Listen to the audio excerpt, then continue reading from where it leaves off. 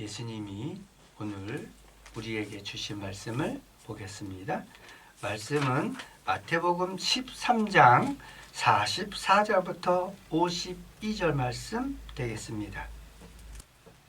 2주 전부터 천국은 하면서 주님이 천국에 대해서 말씀하시는 것을 여러분 들었습니다.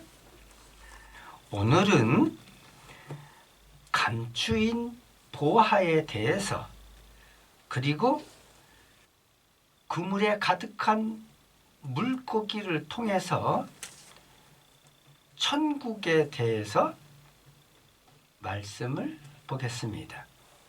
먼저 44절 천국은 하고 얘기해요.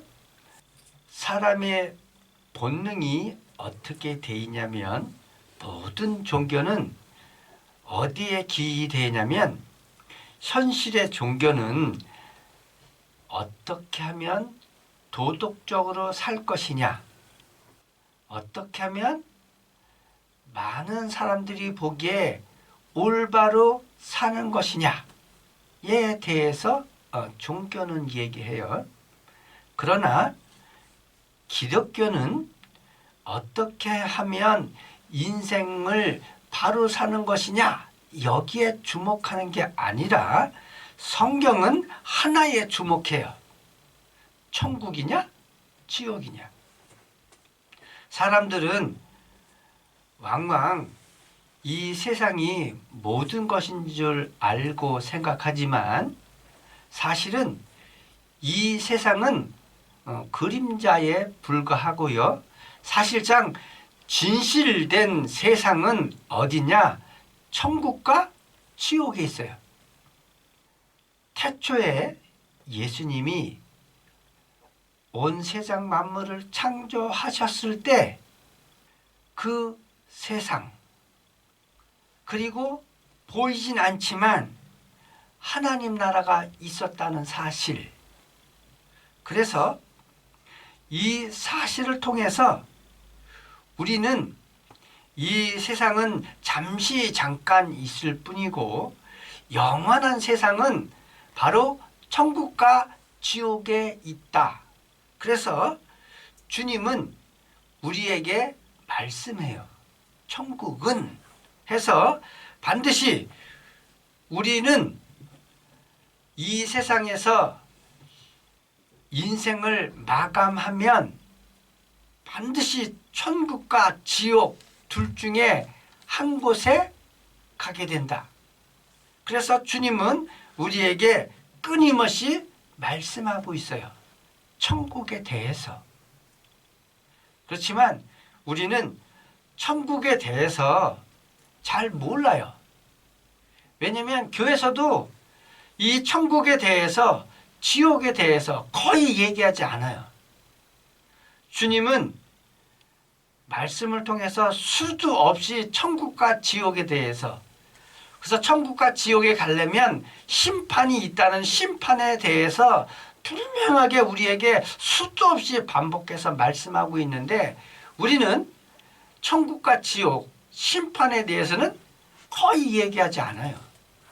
그래서 오늘 말씀합니다. 천국과 지옥은 반드시 있고 심판도 반드시 있다 하는 거예요. 자, 그러면서 이제 말씀합니다. 천국은 마치 밭에 감추인 보화 같으니, 사람이 이를 발견한 후 숨겨두고 기뻐하며 돌아가서 자기의 소유를 다 팔아 그 밭을 사느니라 하면서, 천국은 감춰진 보화를 발견해서 자기의 가진 모든 것을 팔아서 그것을 소유하는 것이다 하고 예수님이 비유로 얘기해요. 자, 그러면 이 비유의 의미는 무엇일까? 이 당시에 이스라엘의 문화 중에서, 요즘에는 우리가 돈을 벌거나 귀중한 기증품이 있으면 우리는 그것을 어떻게 보관하냐면, 은행에 예금하든 아니면 사서함에 기증품을 두든, 자, 이렇게 보화를 보관해요. 그런데 이 당시에 이스라엘 사람들은 보화나 기증품을 어떻게 보관했을까요? 이스라엘은 독립된 국가를 이루고 국가다운 국가를 형성해서 유지한 기간은 몇백 년이 안 돼요. 그리고 거의 대부분을 아시아래가 됐든 바벨론이 됐든 페르시아가 됐든 헬라가 됐든 로마가 됐든 영국이 됐든 이스라엘은 자기 나라가 없었습니다. 그러다 보니까 이 사람들은 기증품을 어디다 보관했냐? 땅을 파고 땅 속에 묻었어요. 자, 내가 내 재산을 땅 속에 묻었다면 내가 알겠죠. 그런데 나라가 없다 보니까 어떻게 될까요? 내가 땅 속에 묻었는데 그거를 내가 필요할 때 꺼내 쓴 게 아니라 어느 순간에 그거를 묻어놓고는 나는 집권자들에 의해서 쫓겨가거나. 자, 여러분, 제가 비근한 예를 들게요. 유대인들이 나치 치하에 있을 때 그들이 갖고 있는 보물 나치한테 다 뺏겼죠. 자기가 갖고 있는 집 어느 순간에 나치가 와갖고 몰아내고 다 죽였죠. 자, 그러면 그게 누구 것이 되죠?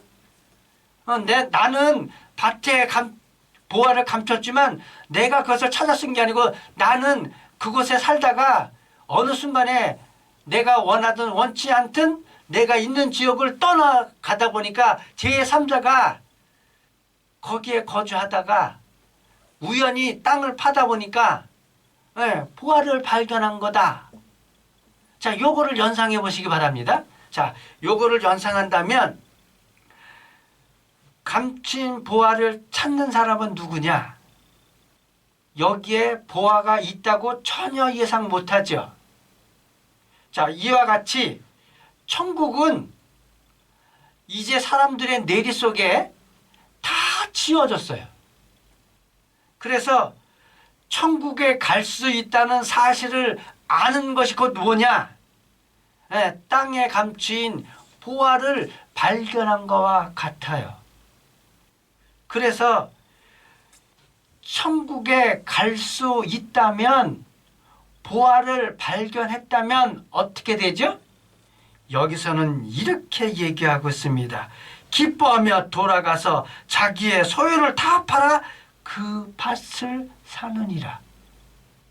그러면 우리는 천국에 가려면 어떻게 할까요? 여러분, 천국에 관해서 들었다면 그것을 소유해야 되겠죠. 천국에 가야 되겠죠. 제가 서두에 말씀했죠. 천국과 지옥은 반드시 있다고. 우리의 생명이 끝나고 난 다음에 무의 세상으로 가는 게 아니라 천국과 지옥으로 돌아가야 된다고. 이 사실을 알았다면 여러분은 어떻게 해야 됩니까? 여러분의 모든 것을 다 바쳐서 천국에 갈 수 있도록 해야 되겠죠. 자, 이 말씀의 본문은 바로 이것을 얘기하고 있어요. 너희는 천국을 알게 되면 어떻게 하라고요? 너의 모든 것을 다 팔아서라도 구원받기를 주님은 그래서 비유로 말씀해요. 근데 이 말씀이 어디냐? 요한 1서 2장 한번 보시기 바랍니다. 15절, 16절, 17절 이렇게 볼게요. 이 세상이나 세상에 있는 것들을 사랑하지 말라. 누구든지 세상을 사랑하면 아버지 사랑이 그 안에 있지 아니하나니 이는 세상에 있는 모든 것이 육신의 정욕과 안목의 정욕과 이생의 자랑이니 다 아버지께로부터 온 것이 아니요 세상으로부터 온 것이라. 이 세상도 그 정욕도 지나가되 오직 하나님의 뜻을 행하는 자는 영원히 거하느니라. 자, 이 세상, 여러분이 이 세상에서 열심히 일하고 모아놓은 재산, 여러분이 이 세상을 떠나면 그거 갖고 가나요? 아니죠. 하나 돈 10원도 못 갖고 가죠. 돈을 1조가 있든 1억이 있든 10원이 있든 죽으면 그거 다 내 거 아니에요. 자, 그런데 천국을 가려고 한다면 어차피 이거 내 것도 아닌데 천국을 가기 위해서 이런 거 다 버려야 되지 않겠습니까? 그런데 우리는 말씀에 위배돼서 하나님보다는 이 세상을 사랑한다는 거죠. 그래서 성경은 분명히 얘기하고 있어요. 이 세상을 사랑하지 말라. 이 세상을 사랑하면 예수 그리스도와 원수가 된다. 그렇기 때문에 천국에 가고 싶다면, 여러분 구원받기를 원하신다면 이 세상을 사랑하는 게 아니라 아버지 말씀에 주목하고 어떻게 하면 아버지 말씀대로 내가 순종하며 살 것인가, 어떻게 하면 내가 아버지의 법대로 살 것인가, 여기에 주목해야 된다는 게 오늘 이 마태복음 13장 44절 말씀이 그 말씀이에요. 45절, 또 천국은 마치 좋은 진주를 구하는 장사와 같으니 극히 값진 진주 하나를 발견하며 가서 자기의 소유를 다 팔아 그 진주를 사느니라. 여기도 똑같죠. 자기 소유의 모든 것을 다 팔아서 진주를 산다. 그러니까 구원을 산다. 천국을 산다. 동일한 비유가 되겠습니다. 47절, 48절,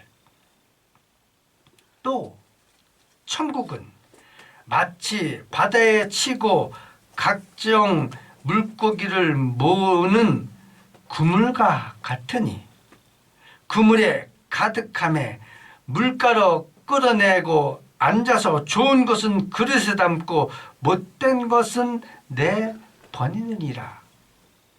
세상 끝에도 이러하리라. 자, 여기서는 물고기 얘기하는데요.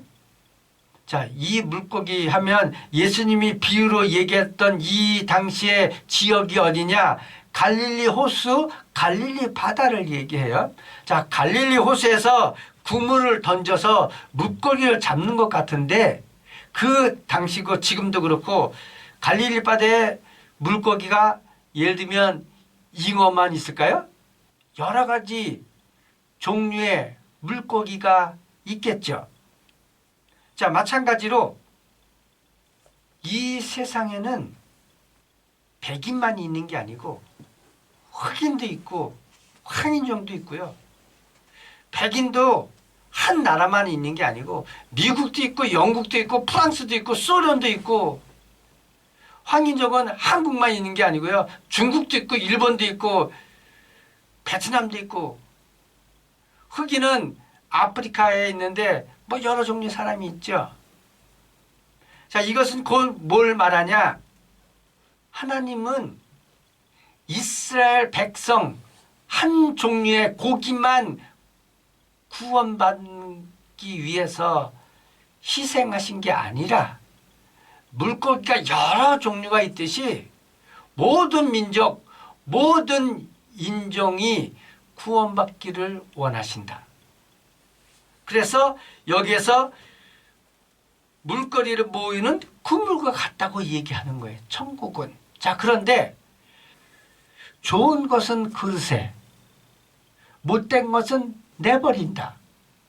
49절, 세상 끝에도 이러하다. 천사들이 와서 의인 중에서 악인을 갈라내어 풀무불에 던져 넣으리니 거기서 울며 이를 갈리라. 그래서 여기서 좋은 것, 나쁜 것, 의인과 악인 구분해서 어떻게 한다? 풀무불에 던져 거기서 이를 가며 올 것이다. 다른 말로 얘기하면 의인과 악인을 구분해서 의인은 어디 간다? 천국으로 간다. 그렇지만 악인은 어디 간다? 지옥 간다. 이렇게 뚜렷하게 천국과 지옥에 대해서 주님은 끊임없이 말한다니까요. 우리는 어느 순간인가 이것을 잊어먹고 있어요. 그냥 이 세상에 사는 게 다인 줄 알고 그냥 먹고 사는데 여기에만 주목하고 산단 말이죠. 그렇지만 이제 우리의 의식은 바꿔야 돼요. 이 세상이 우리의 모든 것을 자유하는 게 아니다. 이 세상 말고 또 다른 세상이 있다는 사실. 천국과 지옥이 있고 천국에 우리 본향이 있고 거기에 우리 아버지가 계시다는 사실을, 그래서 우리는 아버지께로 돌아가야 된다는 사실을 오늘 여러분 아셔야 된다 하는 거예요. 그래서 아버지가 계신 곳에 가야지 주님이 우리를 위해서 나무에 달려 죽으신 그것이 헛되이 되지 않는다. 아버지께서 우리를 위해서 일하신 그것을 헛되이 돌리지 않으려면 우리는 어떻게 된다? 반드시 예수 믿고 구원받아야 된다. 그래야 아버지 일이 헛되지 않는다. 여기에 보면 천국은 마치 바다를 치고 각종 물고기 모는 그물과 같다. 그런데 그물 하면 뭐죠? 이미 있는 거 얘기하죠. 그래서 천국과 지옥은 없는 데서 만들어지는 게 아니고 이미 있다고요. 천국과 지옥은 이미 존재하고 있다는 사실을, 앞으로 천국과 지옥은 올 거야 있을 거야가 아니고요. 천국과 지옥은 지금 있다고요. 그래서 여기는 이렇게 그물을 치는 것과 같다고 얘기하고 있어요. 51절, 52절 이 모든 것을 깨달았느냐 하면 뭐예요? 자, 마태복음 13장에 비유로 예수님이 제자들에게 말씀하신 이 비유를 다 너희가 알았냐 하고 물어보니까 대답하되 그러하오이다. 그래서 이것을 통해서 제자들은 확실히 뭘 알았다. 천국과 지옥은 반드시 있다. 는 것을 확실히 알았다 하는 거예요. 자, 그렇기 때문에 베드로도 그렇고 요한도 그렇고 예수님 당시에 12 제자 가룟 유다만 빼놓고는 다 어떻게 죽었을 것 같아요? 자, 베드로는요 그 로마에서 죽었는데 그 당시에 사형에 해당하는 사람들 중에서 제일 악질을 죽이는 게 방법이 뭐냐? 나무에 달려서 죽이는 거예요. 네? 제일 악질 중에 악질, 더 이상 개선이 안 되는 사람을 죽이는 게 나무에 달려 죽이는 거예요. 그래서 예수님이 나무에 달려 죽은 거예요. 자, 그래서 베드로를 죽였는데 베드로는 나무에 달려 죽이라고 그러니까 베드로가 나는 그렇게 죽을 수 없다. 아니 너 그럼 뭐 어떻게 죽을래? 그랬더니 나는 주님과 똑같이 내가 나 같은 게 어떻게 주님하고 똑같이 죽을 수 있냐? 나는 거꾸로 매달아라. 그래서 거꾸로 매달아 죽었어요. 베드로가. 자, 그 사람들이 왜 그렇게 그냥 죽었을까?